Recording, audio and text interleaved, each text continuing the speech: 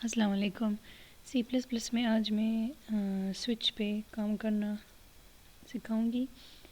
Switch statement भी decision statement है, मगर वो मल्टीपल डिसीजन में से एक को लेना होता है। जैसे एफ़ है तो एफ़ में एक में दो में से एक डिसीजन को लेना होता है। तो देखती हूँ इस तरह इसको हम कैसे करेंगे।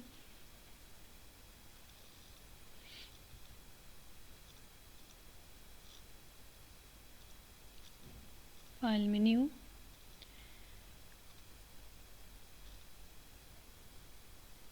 इसको सेव करूँगी।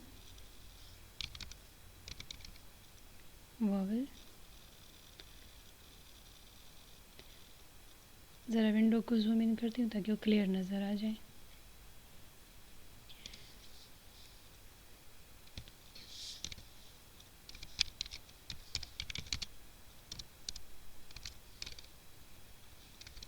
आई स्ट्रीम डॉट एच, डाई स्ट्रीम डॉट एच सिर्फ हम टर्बो में यूज़ करते हैं।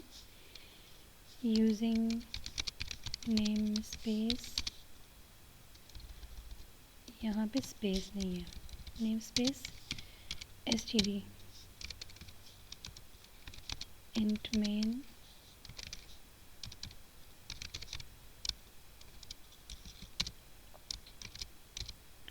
body of the program return 0। अब जो है इसमें हम मल्टीपल जो है स्टेटमेंट, मल्टीपल केसेस में हम एक को सेलेक्ट अगर करेंगे तो इसके लिए हम स्विच केस यूज़ करेंगे। अब इसमें जो है मैं वॉवल के लिए प्रोग्राम करूँगी। तो वॉवल कैरेक्टर्स हैं, मल्टीपल कैरेक्टर्स हैं, ये अल्फ़ाबेट्स हैं।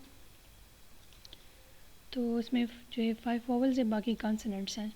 तो उसके लिए मैं कैरेक्टर डेटा टाइप से इसको डिफ़ाइन करूँगी, कैरेक्टर सी सेमीकोलन। अब ये है कि हम यूज़र से वैल्यू लेंगे, कोई भी कैरेक्टर इंटर कर ले, आया वो वॉवल है या कॉन्सोनेंट है। इंटर एनी कैरेक्टर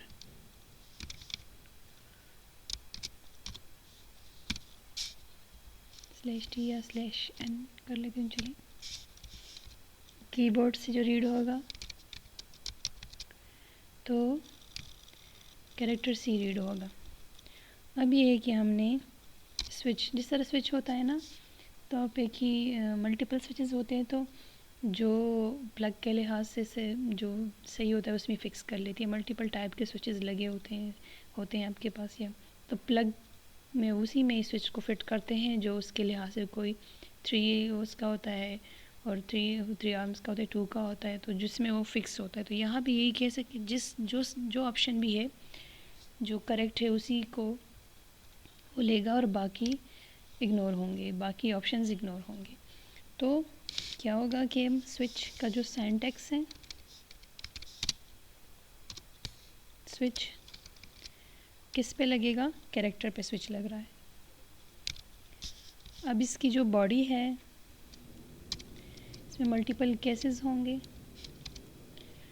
अब फर्स्ट केस हमारे पास क्या है, कैरेक्टर है, तो कैरेक्टर को हम सिंगल कॉमास में लिखते हैं, इन्वर्टेड कॉमा, डबल कोट्स में हम ये लिखते हैं। ये जो मैसेज होता है जो हमें स्क्रीन पे डिस्प्ले हो, ये हम सिंगल में लिखते हैं।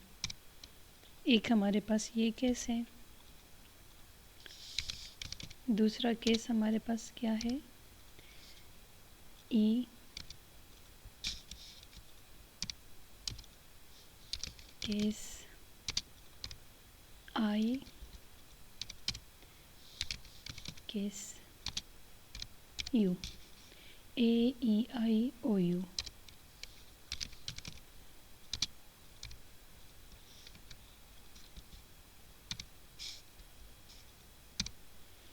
अब ये है कि इस पे हमने इन केसेस के बाद, अब ये इसमें से कोई भी केस आया तो वो क्या होगा, you have entered vowel.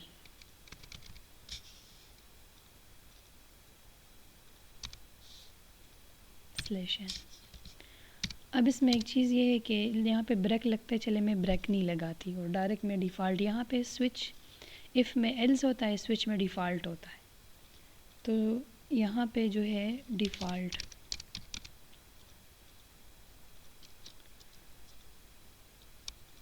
Default के इसके अलावा क्या हो, क्या कौन से कैरेक्टर हुए, तो कॉन्सोनेंट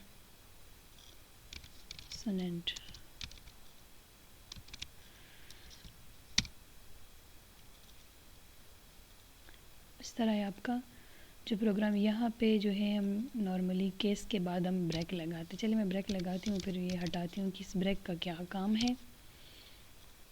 तो अब इसको हम एग्जीक्यूट करते हैं। यहाँ पे मैंने सेमी कॉलन नहीं लगाया।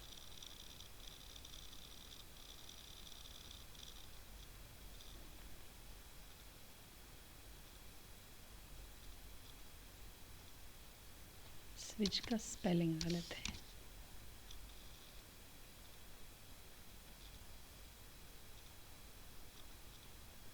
और ये जो है ये कोलॉन्स है, ये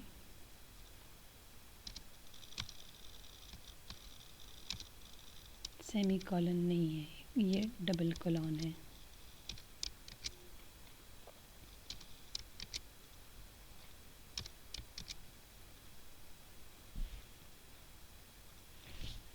क्योंकि अगर सेमी कॉलन लगाऊंगी तो ये नीचे वाले स्टेटमेंट्स नहीं होंगे। Zero error. अब जो है इसको मैं रन करती हूँ। Inter any character T consonant, फिर करती हूँ run. I you entered vowel /n मैंने गलत लगाया है, तो ये यूँ है।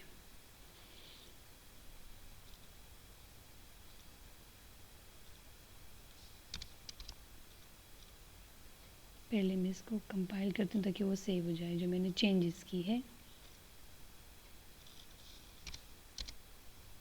You have entered vowel.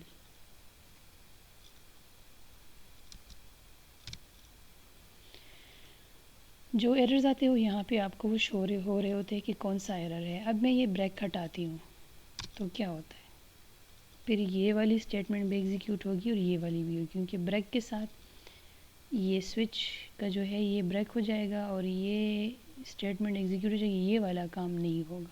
मगर जब मैं ब्रेक हटाऊँगी, पहले मैं इसको कंपाइल करती हूँ ताकि ये सेव हो जाए।